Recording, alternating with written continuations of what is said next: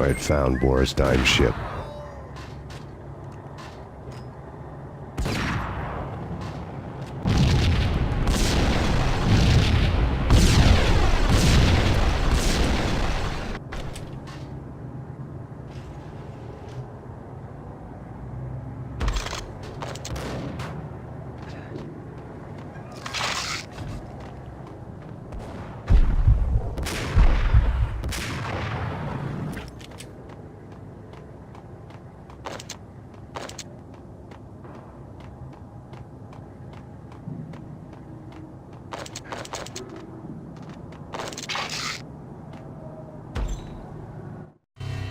Rust had crept over the sides of the cargo steamer a long time ago.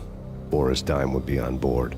I'd have to smoke half of his crew to even get near the gangplank. The guns were probably being kept in the hold, buried amidst the rats and oily water.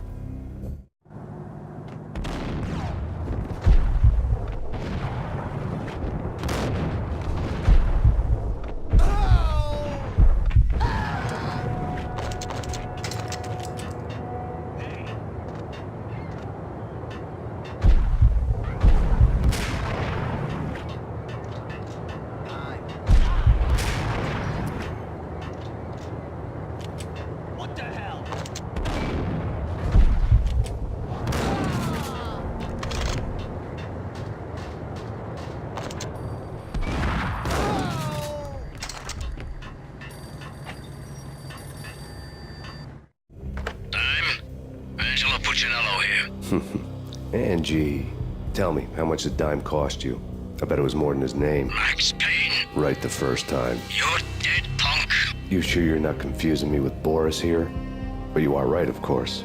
Pretty soon we should get together and have a talk. You son of a... Pissing Punchinello off was a dangerous game, but when people get mad, they make mistakes. I should know. That's where I wanted Punchinello, mad enough to trip over his own feet, preferably into a grave. Time. Time.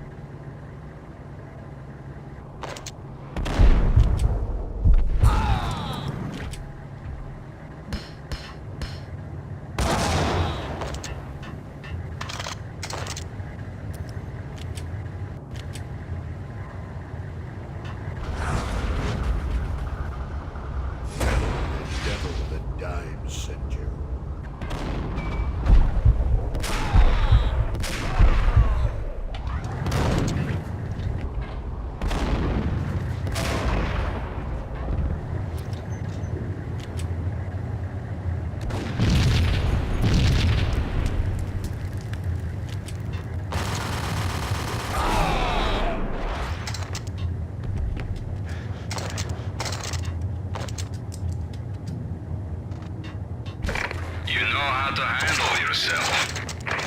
Anybody who says different is calling me a liar. Glad I'm here. Collect all the guns and ammo you want. Meet me on the bridge afterwards.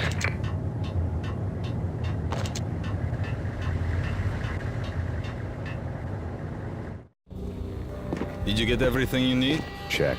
I owe you. Anything you need. This is my solo. When I'm through, Punchinello won't be anybody's problem anymore. Clear as vodka. But anytime you get between a rock and a hard place, just whistle. This could be the beginning of a beautiful friendship. You really get a bang out of this big-time gangster act, don't you?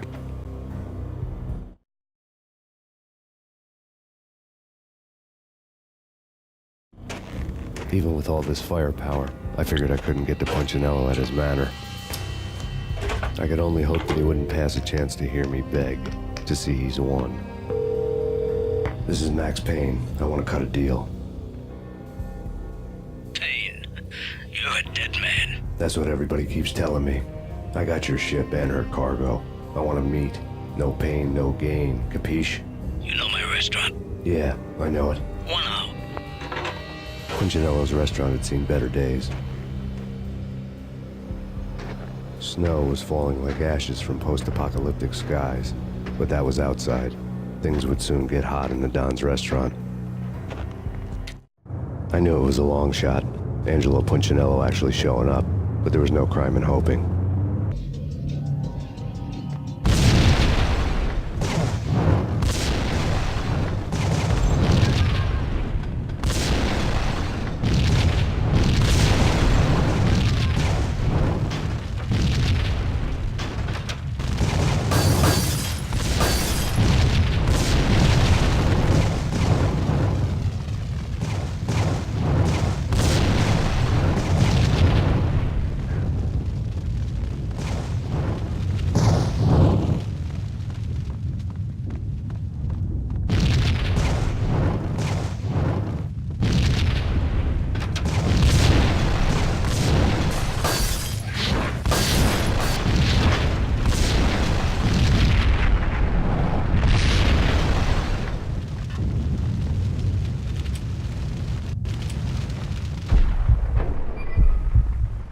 fella was burning to get me. The feeling was mutual. He was trying to put out my flames with gasoline.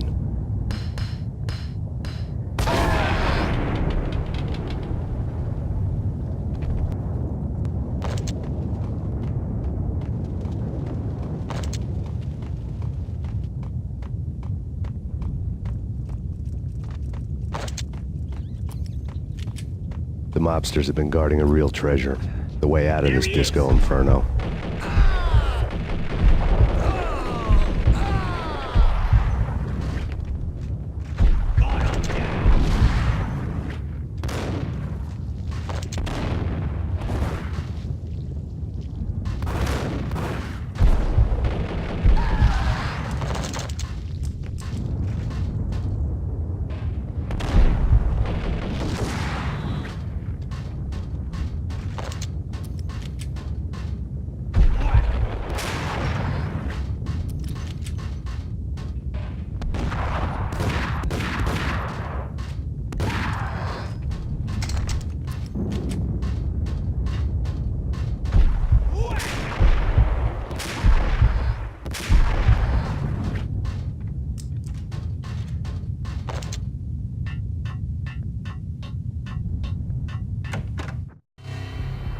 Vlad had seen my smoke signals.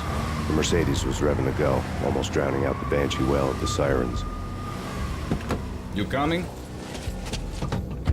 We'll drop you off at the Punchinello Manor. Sounds good to me. When this is over, look me up. I could use a professional like you. I'll keep that in mind.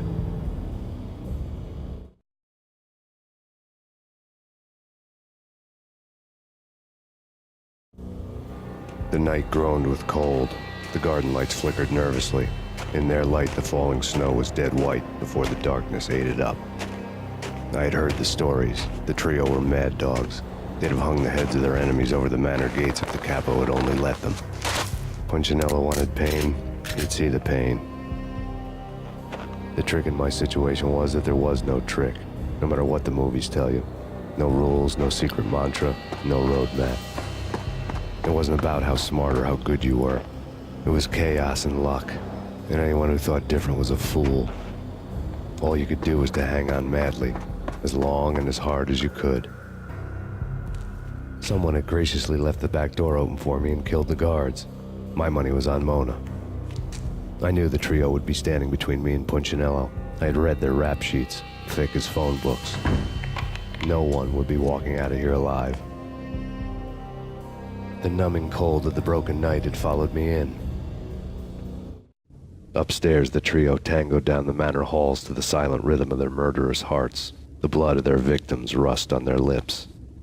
Vince Mugnano, Pilot Providence, a.k.a. Big Brother, and Joe Deadpan Salem. The pistol was a frozen lump in my hand, piercing the skin, gnawing me to the bone. In death, the thug had been promoted to messenger. Someone hadn't enjoyed the Don's hospitality. Someone with a flair for the dramatic.